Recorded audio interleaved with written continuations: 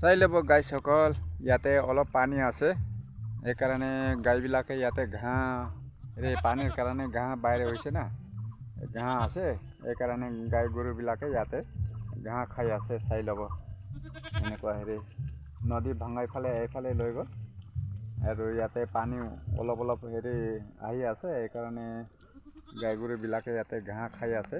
ছাগলী ইয়াতে আহে চব গোটাই আৰু ইয়াতে বগৰী গাছ, এইটো চাব বগৰীৰ ফল, এইটো চাব বগৰীৰ ফল কেনেকুৱা লাগে।